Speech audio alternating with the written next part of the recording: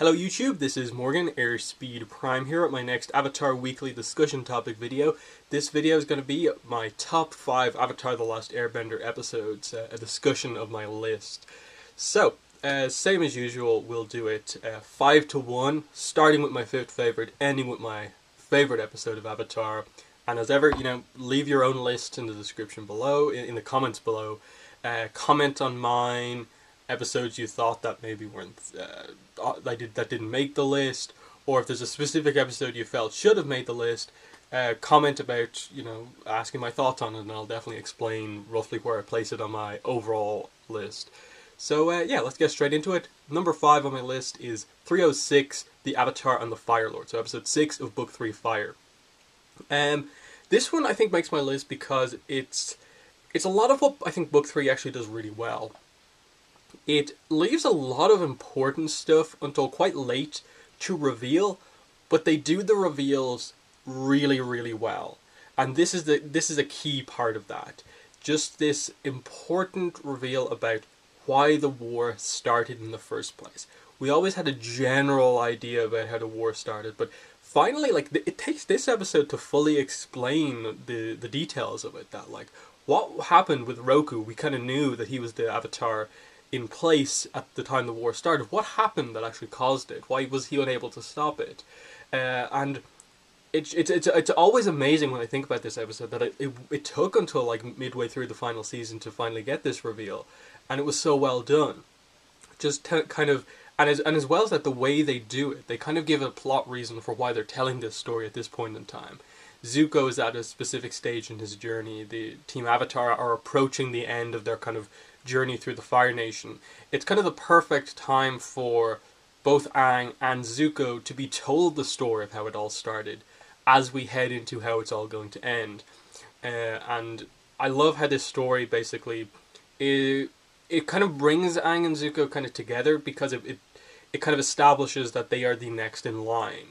That it was fundamentally the breaking up of the friendship between an Avatar and a Fire Lord that started the war, and there's the potential for the friendship forming between an Avatar and a Fire Lord to be that could bring the war to an end and bring the world back into peace and balance. That is a really cool thing to add, this whole generational concept. Can friendships transcend a lifetime is ultimately kind of what we transcend. Multiple lifetimes is kind of what we get here, and it to some extent turns out to be true. The key difference on Zuko's side of the story here is that they present this idea that Zuko obviously has kind of dual heritage. On the father's side, he comes from that line of evil Fire Lords. On his mother's side, he actually is related to Avatar Roku.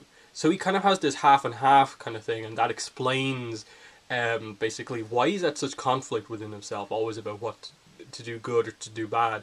And I don't think it's necessarily a thing of just him coming from those two paths instantly that is what makes him that way. But it's a really cool kind of thing that adds to the whole idea of he's always been a very conflicted character, and that's a cool thing to have behind as a sort of explanation behind it. But as well as that, how he was raised, of course. But then the flashback itself, of course, kind of having Sozin and Roku kind of narrate basically their kind of their histories together, that they both have the same birthday, that they grew up together, they were best friends, and it kind of where the plot comes into play is Roku being discovered to be the next Avatar, and then Sozin very quickly after that becoming the Fire Lord. It's such a well done story because it explains, one, I suppose, why this evil line of Fire Lord begins, and that it's again this kind of ideals taken too far of the Fire Nation is doing exceptionally well at this point in time, and Sozin feels that we're doing so well, why don't we spread this to the rest of the world, add our prosperity to the other nations. But it obviously eventually becomes taking over specific places, and we will help you, but your town will be part of Fire Nation from here on out. And we obviously know a little bit more about this, and that Yudao was one of the first places, and then it kind of spreads out to the other various Earth Kingdom / Fire Nation places that we know, and eventually becomes the United Republic over time.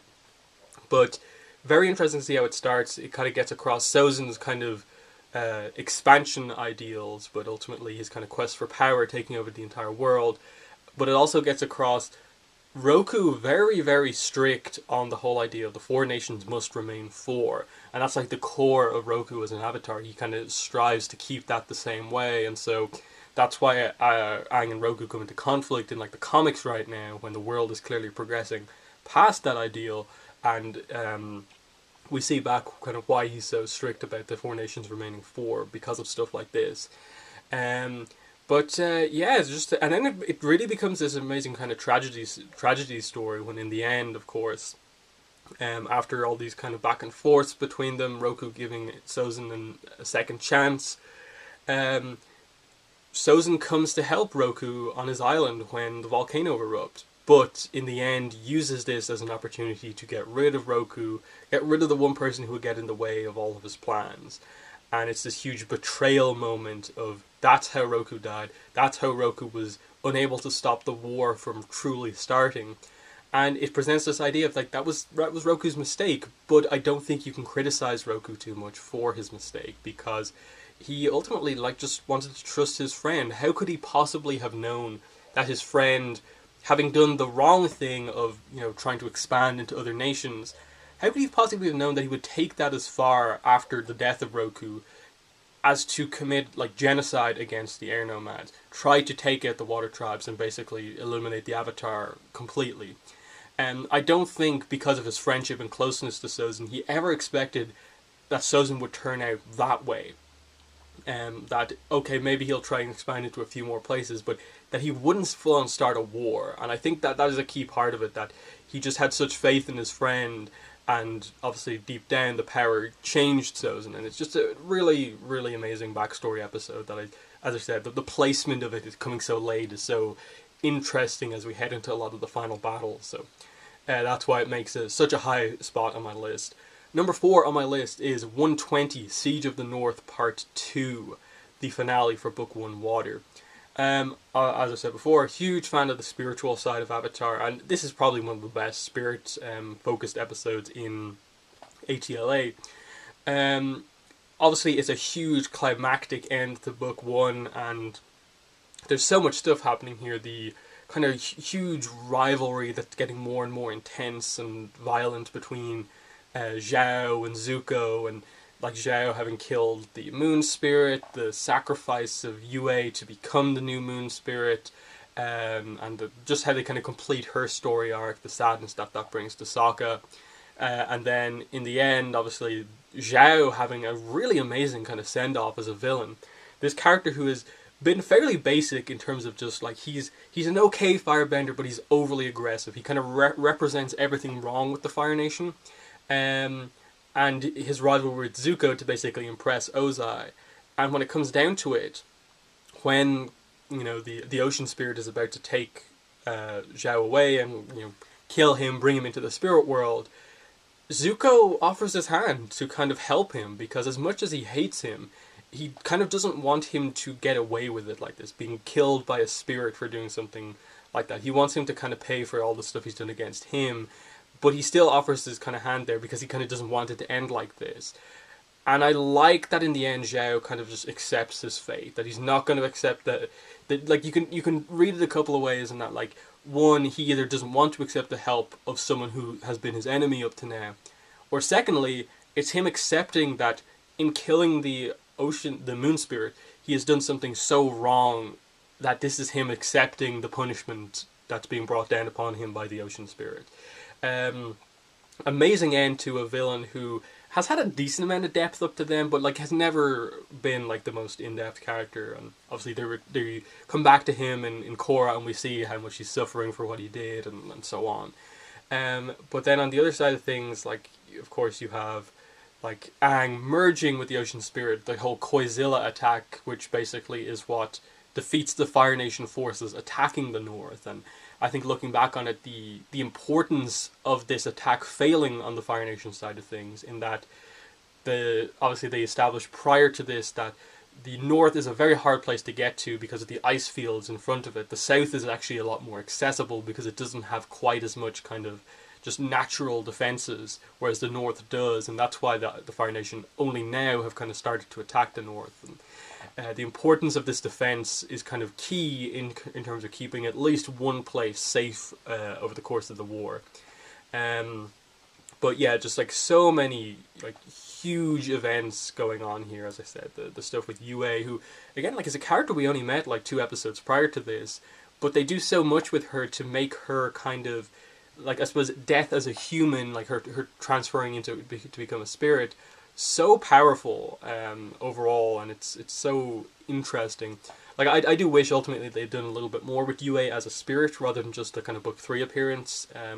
I would have liked to have seen the moon spirit used at some point during Korra, just to get that really cool reference, and it would have worked because obviously Korra is a water tribe avatar. That would have been a cool moment. But yeah, just an amazing finale to book 1, and just the kind of complete like Zuko just exhausted at the end, and like the bookmarks of like kind of Iroh kind of telling Zuko the same thing, like, you need your rest, and him not taking it at the start of the book, but him accepting the rest now at the end, and it kind of transitioning into Zuko's book 2 arc of like he has put so much into trying to capture the Avatar. He's kind of questioning now, like, why am I doing it? Is it all worth it in the end? And it's just really interesting how it all goes. So, everyone knows how good the book 1 finale is, so I won't dwell on it too much, but that's why it makes my number 4 list. Such an important episode, great spirit stuff, and just hugely impactful finale. Number 3 on my list, 321, Avatar Aang. Southern Comet Part 4, Avatar Aang, to give it the full title. To me, it's just one of those things where, like, I feel like you almost have to place the finale episode somewhere on your list. I know a lot of people place it as their number 1. And I think over the last couple of years, I've moved it kind of gradually further down my list, just because I think reflecting on it now, as much as I still think it is an amazing finale to such a great show, and it's so difficult to do a final episode for such a show that is so popular like this, and there's so much expected of it, it really did manage to live up to those expectations. But there are stuff like, now that we're so far removed from it, and we've had a continuation of the story through the comics, you kind of do go back and look on it and like, wow, ending Zuko's side of that story with the kind of cliffhanger of like, where is my mother, is kind of, it's kind of a tease. Like, I don't feel like that's that amazing of a thing to do. Like, it's just a kind of unnecessary tease, because Ursa is so important to Zuko. Like, why would you just leave that open like that? The fact that like Toph doesn't ever really get like a conclusion to her story, she's just kind of left there. Things like that, which have since been kind of dealt with in the comics, I think you do have to highlight the fact that, like, back when this episode aired, was there even any plan to resolve any of this stuff? And that there's the only slight negatives with this episode, because overall it is such a great conclusion. How they finished the fight with the whole idea of like all of the avatars, but everyone's advice to Aang being, you are going to have to kill Ozai. That's the only way to end this fight. And him sticking to his kind of guns and like sticking to his like culture's ideals of not killing anyone and finding the other way, and it not being this kind of Deus Ex Machina moment, in that like, okay, the return of the Line Turtles was kind of surprising, but we had little bits of setup in the series up to then about it. In the library, we saw the idea of avatars and Line Turtles communicating in one of the books, and it kind of coming back here, and it being the introduction of this like important concept which kind of continues into Korra and kind of onwards, is just the idea that there is a form of bending that is kind of directly bending energy, and that being so important to like certain other techniques, it being the key technique of the Line Turtles, who now we know are the ones who gave humanity bending in the first place. So them like giving the ability to an avatar, like giving their own ability to an avatar, is so important. And like the fact that taking his bending away was the key bit in the end, that's such a wonderfully written thing, that Aang doesn't have to kill Ozai, he takes his power away from him. That without his bending, Ozai, sure, he's probably a decent athlete, but he doesn't have the power to accomplish anything then. And because of everything else that's gone on, Zuko, obviously, Zuko and Katara coming out on top against Azula, you have Zuko taking up the leadership role in the Fire Nation, and it kind of the war coming to an end in that way. it just really works out so well in the series, and then you have that amazing epilogue of just everyone in Iroh's tea shop. It's all happy. The good guys are there with some of the characters who had been kind of the bad guys up to then. It's kind of happy. You end with Katara and Aang finally kind of coming together as a couple after some great setup up to that point, and that's how you end it. As I said, the only criticisms would be like, I never really felt like Toph, kind of her arc was completed. And then the tease with Zuko, I think reflecting on it now, I don't like that as much as perhaps I might not have minded it a couple of years ago. So that's why Avatar Aang makes my list so highly, because it is such an important episode. It is such a key episode to the series. Plus, let's not forget the kind of airship squad and what they did and the amazing moments there. But it is kind of the victory that Aang has over Ozai that is so important, that like the moment of like when he beats Ozai and kind of then puts all the fires out by Avatar state lifting the water up. It's the kind of moment where like Aang is now more or less a fully realized Avatar, and that is such a great moment within the series. So number 3 on my list, 321, Avatar Aang. Number 2 on my list is 211, The Desert. An episode I don't feel like a ton of the fandom like rates as highly as perhaps I do, or the podcast group do, but it's an episode myself and pretty much everyone on the podcast really, really loves, and it's one of those ones where a few years ago I probably wouldn't have rated this one as highly as I do now, but having like rewatched it as part of the podcast Avatar Rewatch and so on, this one just really shot up my list, and it's kind of remained there for a very long time. I think this is an amazing episode of Avatar. I think it's super well written. One of the key parts is just it really nailed capturing the emotion of these characters at this point in time.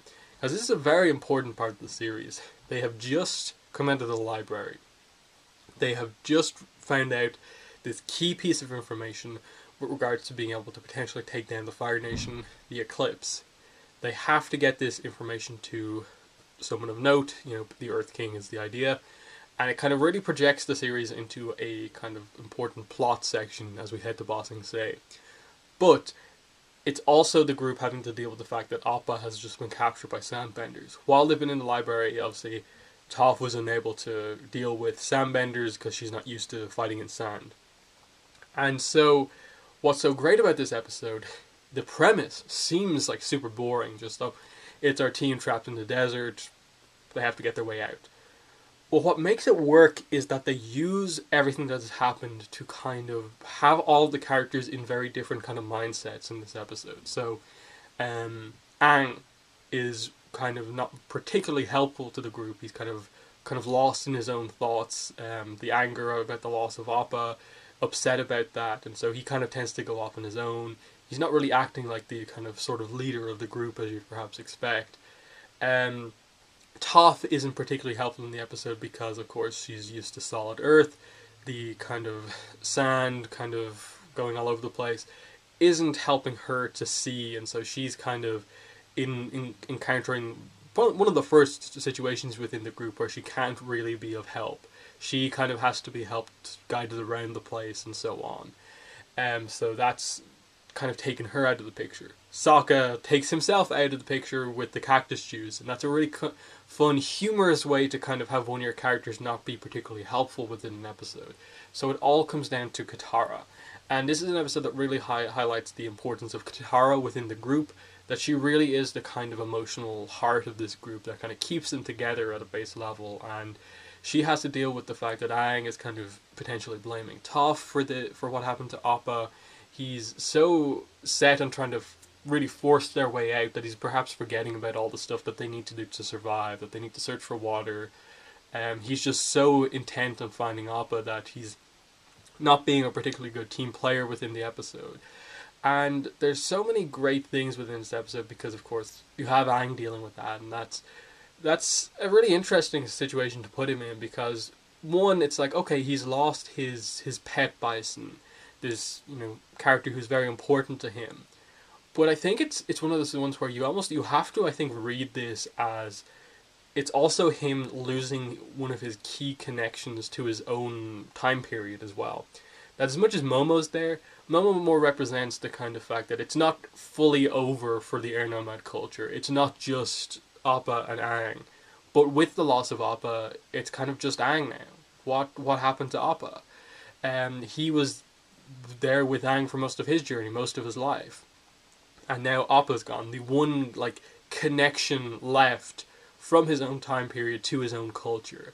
And now that's gone. And I think that's part of why, when we get towards the end of the episode, that's why it's an Avatar state moment. That the emotion of the situation kicks into gear, and Aang goes into the Avatar state because of how high emotions are in this situation. And this, for me, that kind of final moment with the Soundbenders and when they reveal that they muzzle Appa and Aang goes into the Avatar state. What happens here is definitely, for me, one of the key emotional moments within the series that I think people definitely appreciate it as a really strong emotional moment, but I think it is absolutely right up there as one of the best, because one, it's Aang dealing with this stuff, that potentially Appa is being hurt, abused, he'll be sold, and all this other stuff will happen. He may never see Appa again. But I think equally as important a part of this scene is Katara. How she deals with Aang going into the Avatar state. As I said before, Toph isn't going to help, Sokka can't really help. It's left to Katara to try and deal with Aang here. Aang, who is so angry, who is kind of on the verge of kind of potentially hurting everyone around him.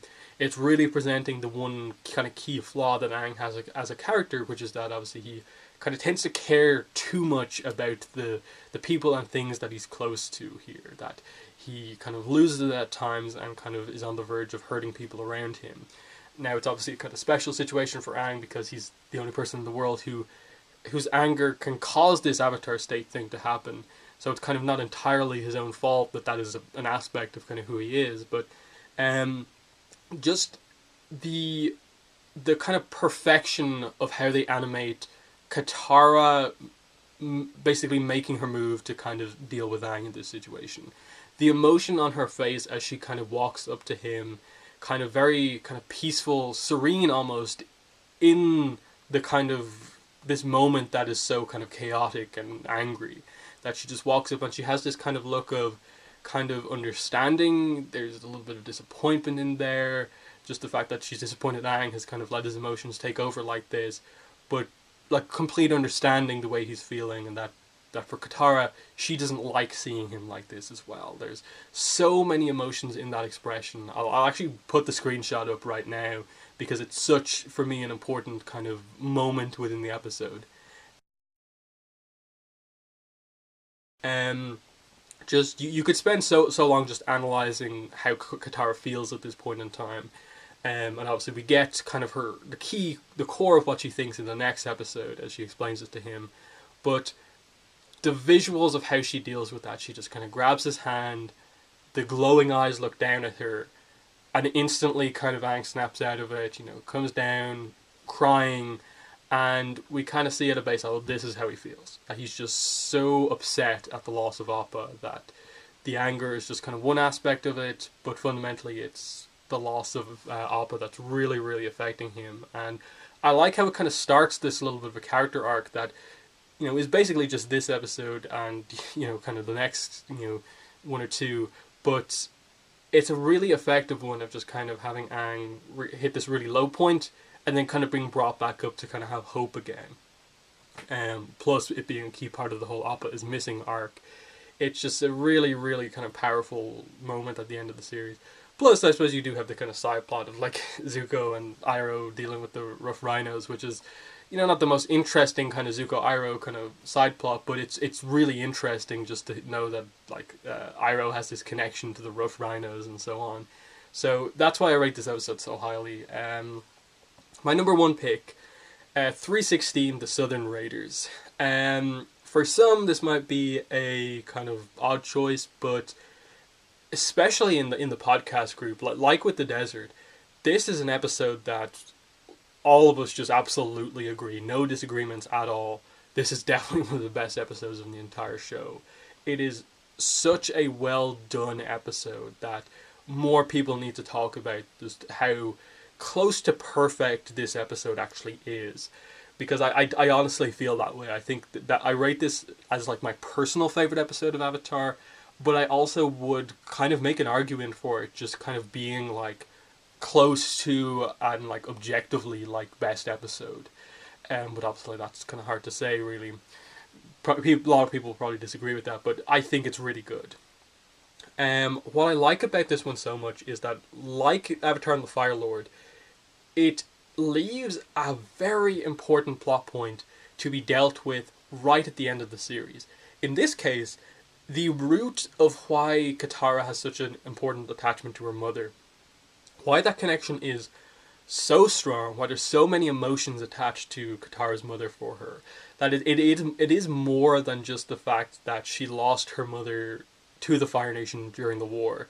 That finding out that the reason that there is one waterbender left from the Southern Water Tribe is because of the sacrifice that Kaya, Katara's mother, made, adds so much to it, because that explains why she is so set on learning waterbending.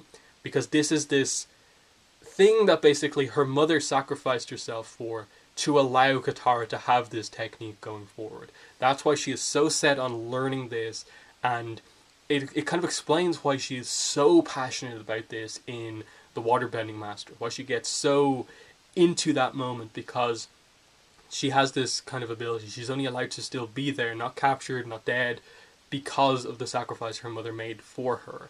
And that's the kind of root of that connection. There's obviously, of course, still the fact that just her mother, they were close, her mother's not around anymore, but that sacrifice, adding so many more layers to it, is fascinating. And then this episode finally, like literally, this is the last kind of normal episode before the end of the series, because after this, it's just the Emerald players and then the 4 parts of the finale. So this is the last kind of just episode that is kind of normal before the setup and then going into this end of the series. And I think they hit it out of the park with this one. Finally deciding to really deal with kind of what happened here. This is the one where she tries to find the person who killed her mother. That she remembers him, if she ever saw him again, and we go to deal with it. And I think the big part of this, the masterstroke here, is not just the fact that you're dealing with Katara and her mother, a really important topic if you're a fan of Katara's character. This is the episode they decide to make the Zuko and Katara field trip episode. The one where we're finally going to, approach this topic of these are the 2 characters within Team Avatar now who have the biggest issue with each other. Stemming from the Book 2 finale and the fact that Katara trusted him there and he betrayed that trust. And Zuko really wanting to prove himself as a member of the team. And Katara being the hardest member to prove because of what he did previously. And just the fact that he's willing to help her do anything here. And it almost comes across kind of a little bit badly at the start that he is basically willing to help her take revenge against the person who killed her mother. And you were kind of worried for Katara throughout this whole episode that what is she going to do when she gets to this person? We know Katara is a very emotional character. Her emotions are, she kind of wears them on her sleeve at times. She can get, very invested into things. We know how now, because of this episode, how important Katara's mother is to her. How is she going to be when she meets the person who killed her mother? And you have the whole time just knowing that aspect of her character. And so when you have that kind of key moment with Aang, where he basically is like, okay, this is what you're doing. I'm not going to go with you. I'm just going to leave you with this kind of piece of advice as you head off. Don't, take revenge the way you perhaps want to right now. Forgive. That's the kind of better way to do it, because and he gives the whole it's like a 2-headed rat viper, killing its enemy, but also killing yourself. And just that really important piece of advice, and how in the end Katara takes half of it but doesn't take the other half. That you think the whole time, is she going to kind of get over her kind of want for vengeance against Yon-Ra and forgive him? And in the end, what she does is she's there she has the opportunity to take him out. She sees that he's kind of completely powerless. He's actually a fairly pathetic character. And she doesn't. She doesn't want to become like him. She spares him because he is so pathetic, that she is kind of above him at this stage. And it's really powerful, that scene, when it happens. You can tell how upset she is. And just the fact that, she has developed the powers that the sacrifice of her mother has allowed her to be. She's developed them to the point where she's a master. She can use these powers to kill him if she wanted to. That moment when it's lashing rain, and she basically just stops it. Around herself and Yon-Ra, she stops the rain. Amazing demonstration of her power to kind of highlight to Yon-Ra, I'm the last waterbender. I'm the one who got away. You killed the wrong person. I'm her daughter. Really, really powerful moment. And how she, in the end, comes back to Aang, basically says, no, I didn't kill him, but I also didn't forgive him either. And how the entire part of this episode, they don't really in any way hint at the forgiveness going towards Zuko until the moment when she says it. But there is someone I am willing to forgive, and she, forgives Zuko. And it's it's finally Katara accepting Zuko properly as part of the team, as a friend, as an ally, and it's so well done. It's definitely, for me, the best field trip, just in terms of Zuko having to prove so much to a character he kind of had betrayed previously. So exceptional episode.